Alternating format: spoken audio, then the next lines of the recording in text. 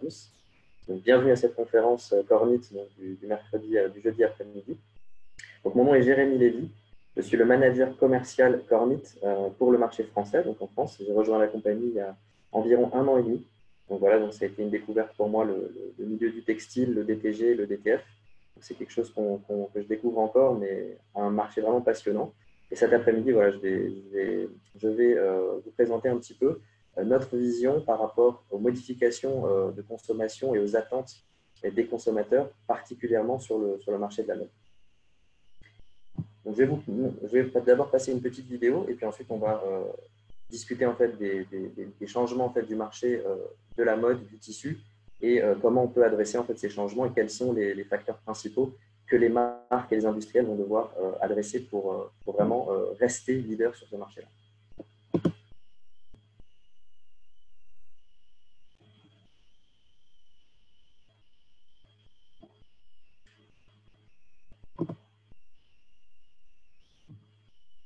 Donc en fait, si vous voulez, pour commencer, on se rend compte en fait aujourd'hui au quotidien que la production de vêtements est aujourd'hui un marché dans lequel les processus de production sont systématiquement longs et compliqués.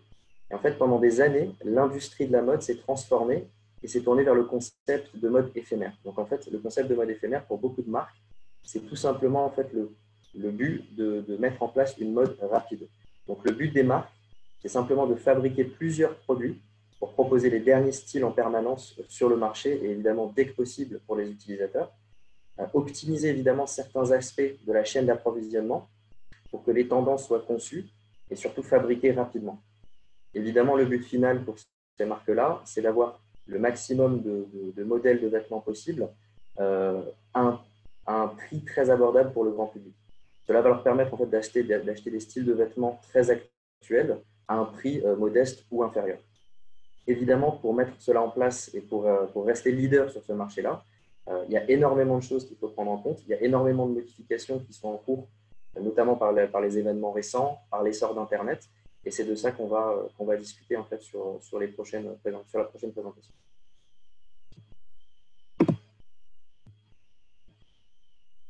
Donc, tout d'abord, quelles sont les tendances actuelles?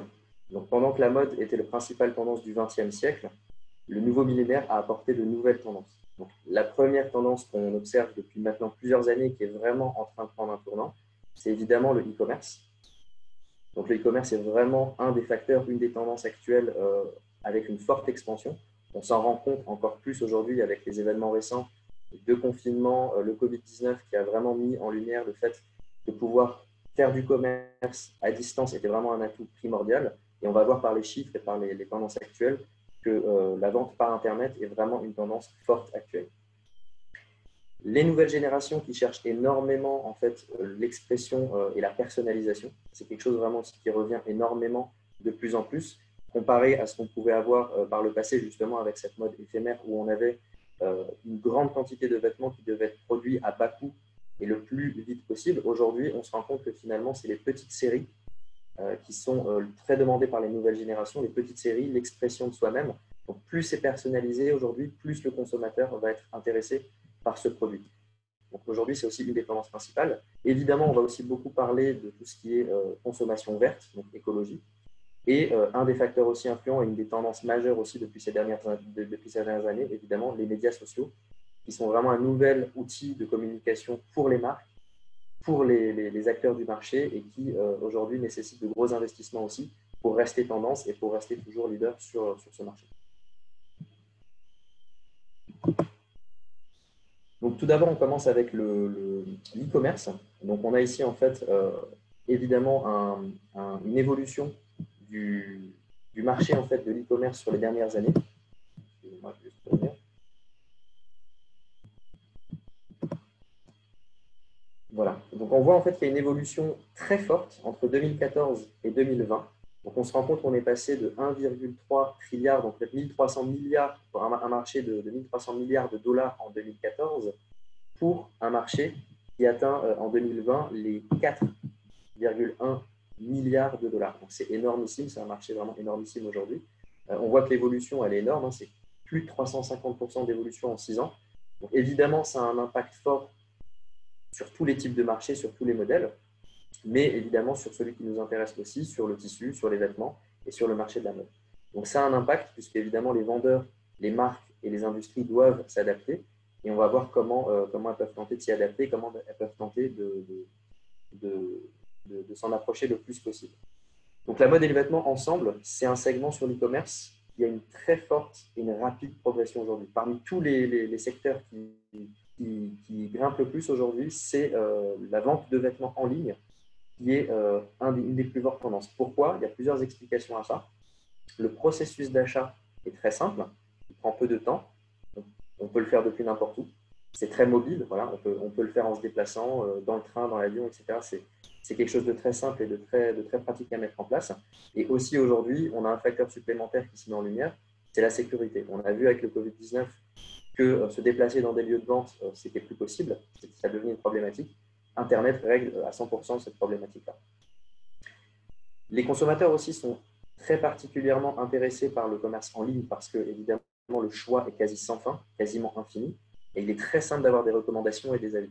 On peut très facilement vérifier si un vendeur, une boutique, une entreprise va être compétente ou de confiance. On peut regarder des avis d'autres utilisateurs très facilement et en toute discrétion, ce qui n'est pas forcément possible avec les achats physiques aujourd'hui. Évidemment, c'est aussi très simple de comparer les prix. Évidemment, on peut surfer sur le net, comparer deux boutiques en quelques clics et en quelques secondes. Là où encore, c'est plus compliqué dans le monde réel. C'est toujours aussi très simple de retourner ces articles. Les vendeurs sur Internet se sont adaptés. Le retour d'articles, il y a des lois qui encadrent évidemment tout ça. Et évidemment, ils se sont adaptés. On a pu le voir aussi pendant la crise du Covid-19. Et finalement, c'était également très simple de retourner un article qui ne convenait pas et d'en recevoir un nouveau immédiatement derrière. Donc, on sait que c'est un des points aussi qui est très avantageux pour les consommateurs. Pour les créateurs d'entreprises ou les marques, c'est aussi un coût d'investissement qui est relativement contenu. Ouvrir une boutique en ligne, finalement, ça n'est pas très coûteux à premier abord. Évidemment, il y a des coûts alternatifs qui doivent être pris en compte. Une marque aujourd'hui qui ouvre une boutique en ligne, quel que soit son domaine d'activité, le coût frontal ne va pas être un gros pourcentage en fait, de l'investissement.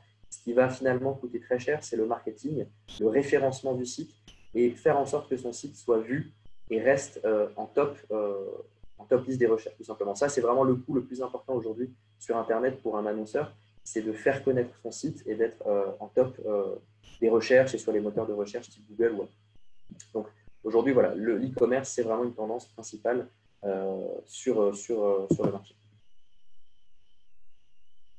Donc, on a quelques exemples, évidemment, de marques qui progressent énormément, qui sont en pleine progression et qui sont des leaders incontestés sur Internet. Alors, notamment, bon, évidemment, eBay. Amazon, ça va être intéressant sur cette présentation d'en discuter parce qu'Amazon, c'est un client Kornit. D'accord? Donc, c'est un acteur aujourd'hui qui a énormément de poids sur l'impression et sur la personnalisation de vêtements. D'accord? Donc, ils ont une offre de personnalisation de vêtements qui est très, très, très étoffée. Et aujourd'hui, c'est un parc machine Kornit très important sur le marché qui a aussi permis à énormément d'autres clients de se développer en hébergeant leur store directement sur Amazon ou en créant tout simplement de la demande. C'est un effet en fait d'augmentation de la demande. Quand vous avez un acteur comme Amazon qui s'implémente sur ce type de marché-là et qui crée finalement la demande, et bien l'offre également augmente et ça permet à d'autres acteurs de se développer. Donc Amazon, ça va être un acteur majeur sur le e-commerce et sur le tissu à la fois, donc intéressant à développer.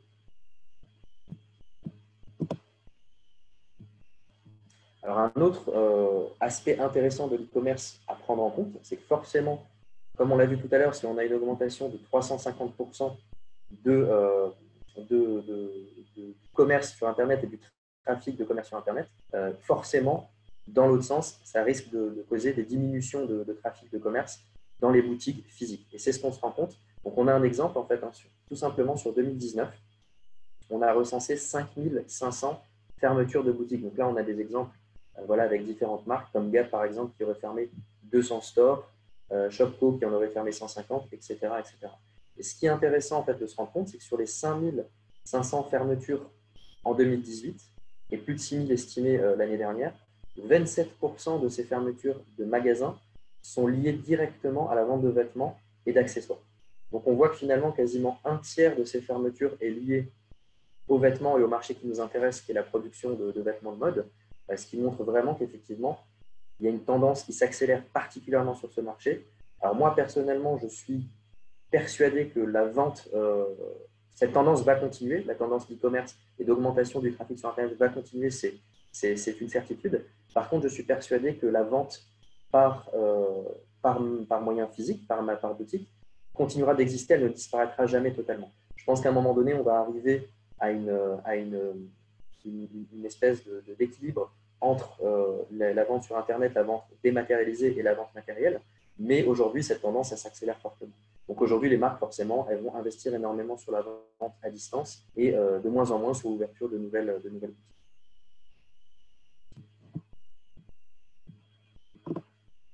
Donc évidemment, les principaux acteurs en fait, de cette accélération du shift entre le changement entre l'e-commerce et les boutiques physiques, c'est évidemment les nouvelles générations, donc ce qu'on appelle notamment la génération Z.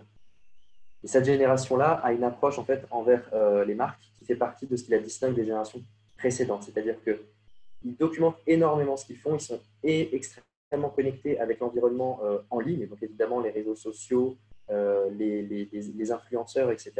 Donc ça, c'est quelque chose aujourd'hui qui les caractérise vraiment, c'est-à-dire qu'ils veulent faire partie de cet écosystème finalement.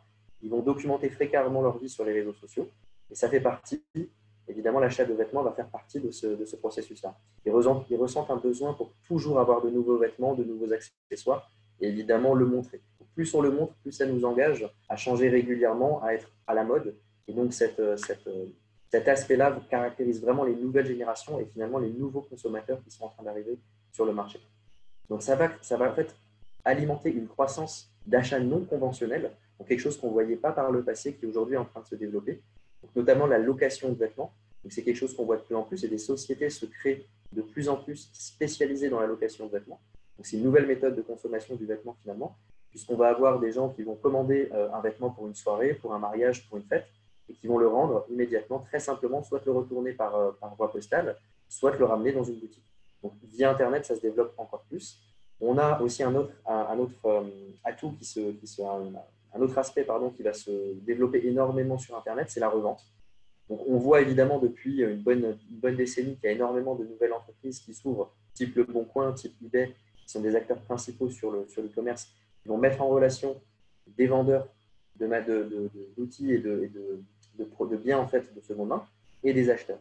Et aujourd'hui, on se rend compte qu'il y a un vrai marché qui se développe avec des entreprises spécialisées sur cet aspect-là, sur le vêtement.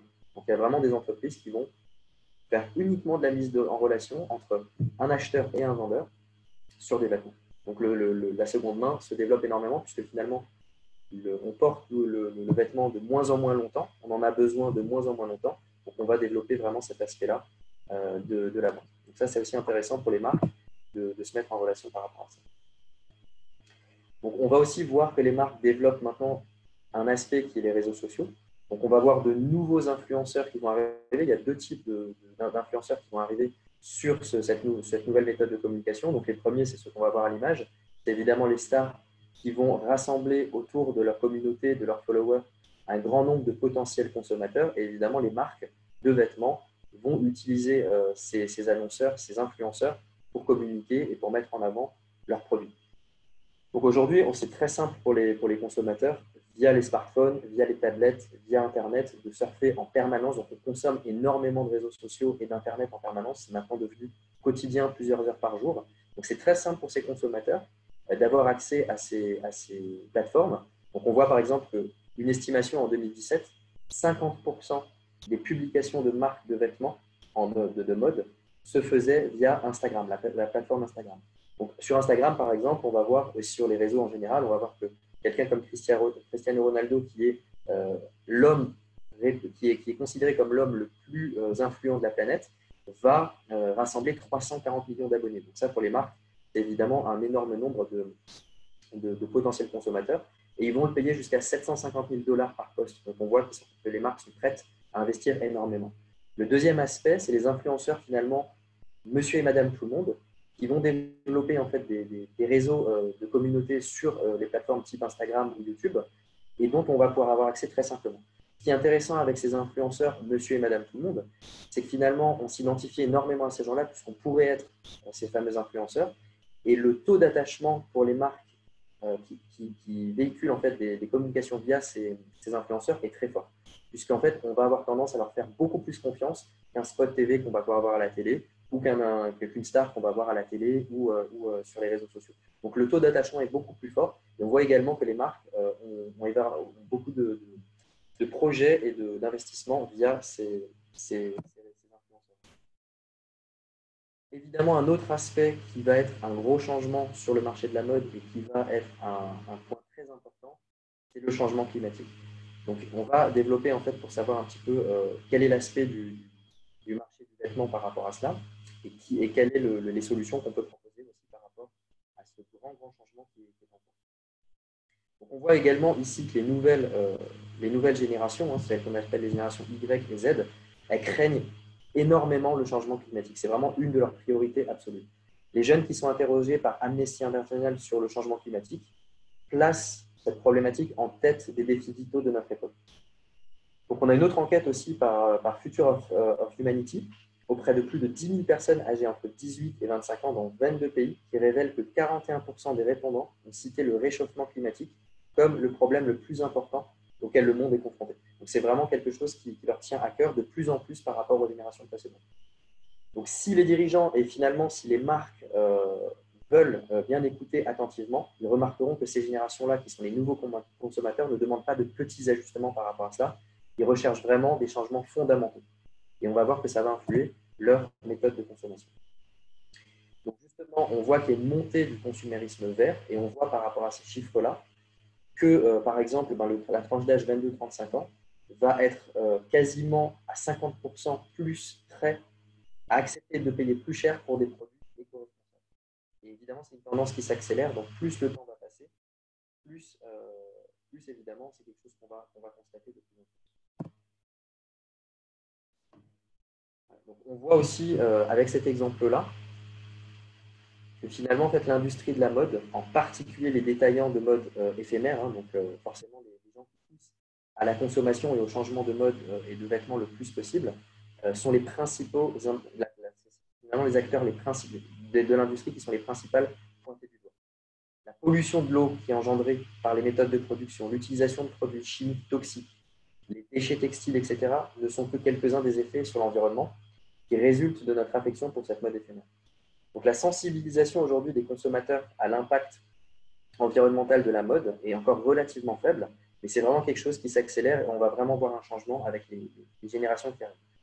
Il est facile de voir de toute façon aujourd'hui comment les consommateurs sont finalement sensibles à un documentaire, une news qu'ils vont pouvoir voir sur les réseaux sociaux ou à la télé, qui va sérieusement ébranler les attitudes de consommation. On le voit finalement par exemple avec l'industrie du plastique ou l'industrie agroalimentaire. On a tous déjà dû voir des reportages sur finalement l'envers du décor qui nous poussent vraiment à modifier aussi notre comportement et à réfléchir à tout ça. Donc, malheureusement, un mode de production durable n'a pas encore atteint vraiment les priorités de la plupart des marques de mode. Si on prend l'exemple par exemple d'H&M, qui parle de durabilité plus que la plupart des autres sur le marché, mais finalement de nombreuses autres marques ne les ont pas encore rejointes. En tout cas, ce que nous savons avec certitude, c'est que l'environnement doit figurer en tête des priorités de chaque entreprise, pas forcément sur le marché de la mode, et qu'au cours des années à venir, la pression pour produire plus écologiquement devrait s'étendre à de nouvelles catégories de produits, notamment les vêtements qui va être évidemment touché, et les marques doivent commencer vraiment à y voir une opportunité finalement plutôt qu'un obstacle. Donc, on a rapidement une citation en fait, de l'Institut McKinsey qui nous explique que les industries consomment énormément d'énergie, polluent et créent des déchets, on le sait. Malgré quelques modestes progrès, la mode n'a pas encore suffisamment pris ses responsabilités. Dans les prochaines années, les acteurs majeurs de la mode devront changer d'attitude et de stratégie de communication pour des actions sensées et en conformité, tout en répondant à la demande de changement des consommateurs.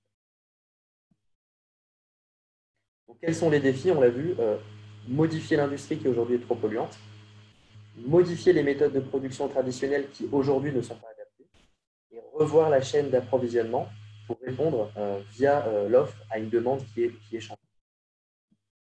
Donc aujourd'hui, pour répondre à ces défis-là, quel est le gap? Donc, le gap entre les consommateurs et la réalité. Donc aujourd'hui, comme on l'a dit, les consommateurs vont vouloir, par exemple, des produits personnalisés, mais on voit que les méthodes de production qui sont utilisées aujourd'hui ne sont pas faites pour produire en masse. si on prend par exemple l'exemple de la sérigraphie, la sérigraphie, c'est un outil de production qui va nécessiter du temps et de l'investissement pour lancer une production. Donc, quand on lance une production, c'est particulièrement pour des grosses séries. Et aujourd'hui, c'est vraiment la méthode traditionnelle qui est utilisée en grande majorité. Donc, les méthodes de production actuelles sont basées sur de la production de masse, c'est vraiment ça. Le temps d'installation est très long et n'est efficace et rentable uniquement pour les tirages longs et le nombre élevé d'articles par commande de même conception. Ce qui est totalement l'opposé de ce que le consommateur recherche avec des petites séries et de la personnalité. Donc, quand on a une demande qui requiert des petits tirages, on va voir comment on peut combler en fait, la différence sur les méthodes actuelles qui sont faites pour de longs. On va également voir en fait, qu'aujourd'hui, les consommateurs ont de plus en plus un besoin de livraison rapide quand les chaînes d'approvisionnement actuelles ne savent pas y répondre. Évidemment, on a une grande partie de la production de tissus et de vêtements finalement à l'échelle mondiale qui sont aujourd'hui situés en Asie du Sud-Est, donc dans des lieux éloignés, qui nécessitent des cycles de préparation de plusieurs mois, des acheminements évidemment de l'expédition qui prend aussi plusieurs jours, plusieurs semaines, voire plusieurs mois. Donc c'est très compliqué d'y répondre.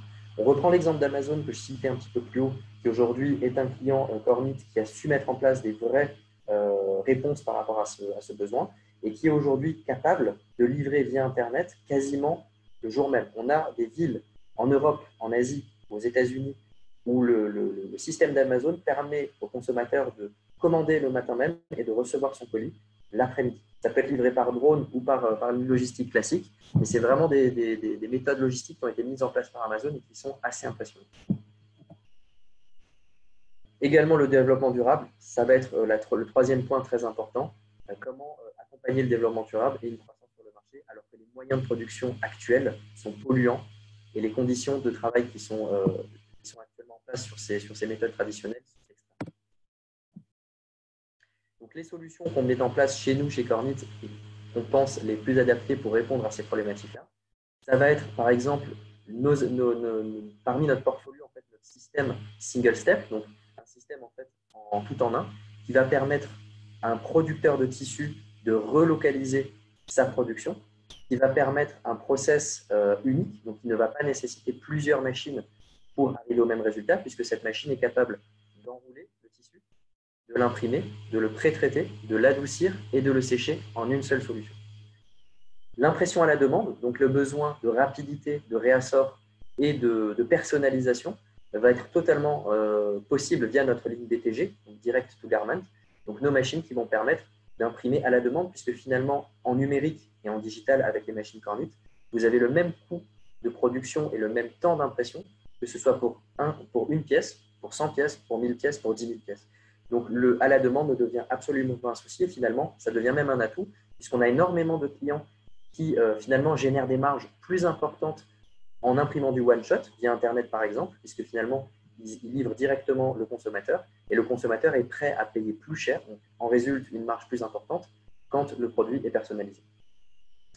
Nos encres qui sont utilisées sont systématiquement sur toutes les machines de la gamme des encres à l'eau pigmentaire, donc finalement on n'a que de l'eau et des produits naturels, donc on répond aussi là à un besoin de plus d'écologie. Alors pour détailler un petit peu l'impression en fait, en un seul process, donc le système traditionnel en fait aujourd'hui va demander un pré-traitement. Souvent là on va avoir une machine séparée uniquement pour le pré-traitement. On va avoir un séchage, on va avoir une impression, on va avoir évidemment un resséchage, donc c'est vraiment un processus long et compliqué. On va avoir une vaporisation, un nettoyage qui va être très polluant, puisque là les encres polluantes vont partir directement dans l'eau qui va être relâchée, soit dans les voies naturelles, soit qui va être retraitée. Et on a encore une fois un séchage. Donc cette étape de lavage, par exemple, cette étape de pré-traitement, n'apparaissent pas sur notre système Presto S, donc la gamme Roll-to-Roll de Kornit, puisqu'aujourd'hui, sur cette gamme-là, avec nos encres en pigment, on va simplement pré-traiter. Donc c'est un brevet qu'on a sur le pré-traitement automatique de notre machine. On va donc imprimer sur un pré-traitement, on va sécher automatiquement, adoucir par la même occasion, et on va avoir un tissu en 4 fois moins de temps qui va être disponible et prêt soit à la confection, soit à la vente directement. On va également répondre aux besoins de protéger l'environnement, puisque en produisant à la demande, on va fortement réduire les pertes. Donc là, je vais donner quelques exemples. Quand on est aujourd'hui sur une production de t-shirts en gros volume, en sérigraphie par exemple, ou en méthode traditionnelle, c'est très compliqué de gérer les réassorts de boutique, les stocks, quand on va avoir soit une demande trop forte ou trop basse.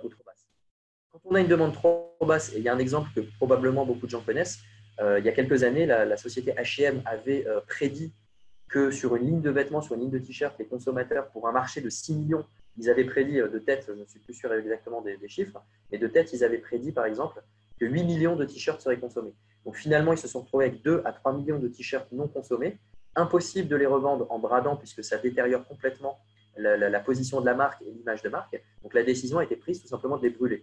Donc l'impact pour l'environnement est terrible et on veut totalement éviter ça. Dans l'autre sens, quand on a des réassorts, quand le stock n'est plus suffisamment conséquent pour répondre à la demande, on va avoir par exemple 10 000 pièces qui vont être produites, mais peut-être un réassort de 500 pièces qui va être nécessaire à droite, à gauche. C'est l'impression à la demande qui va pouvoir y répondre. Avec une machine numérique, une DTG, on va pouvoir faire au même prix, au même coût unitaire, 500 pièces supplémentaires et combler la manque de stock par rapport à ça. Donc ça, c'est vraiment la souplesse que le DTG va permettre aux producteurs actuels.